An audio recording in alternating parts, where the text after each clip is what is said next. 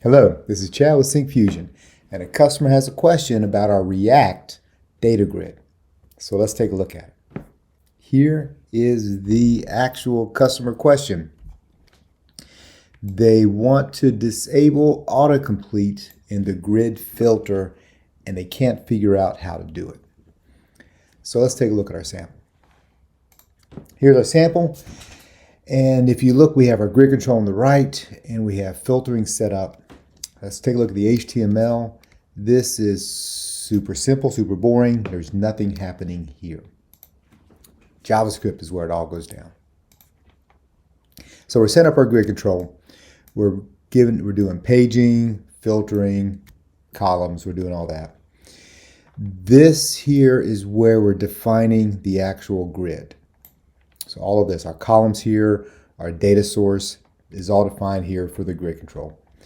But what we want to look at is the action complete. So it's the action complete event that we're going to use.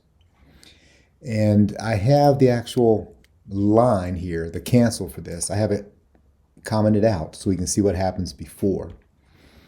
And if we go through this though, we're looking at the request type is filter after open. And if it is in our autocomplete control, then we're going to capture and manage and handle this event. So let's see what happens by default. I'm going to go, I just pick customer name and two values. So this is autocomplete. This is what autocomplete does. It autocompletes whatever you're typing. Okay. Customer doesn't want that. Customer wants this.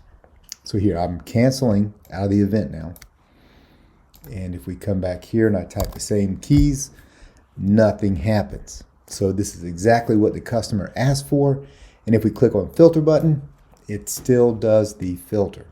So that was it. It was just that easy. And thank you for watching.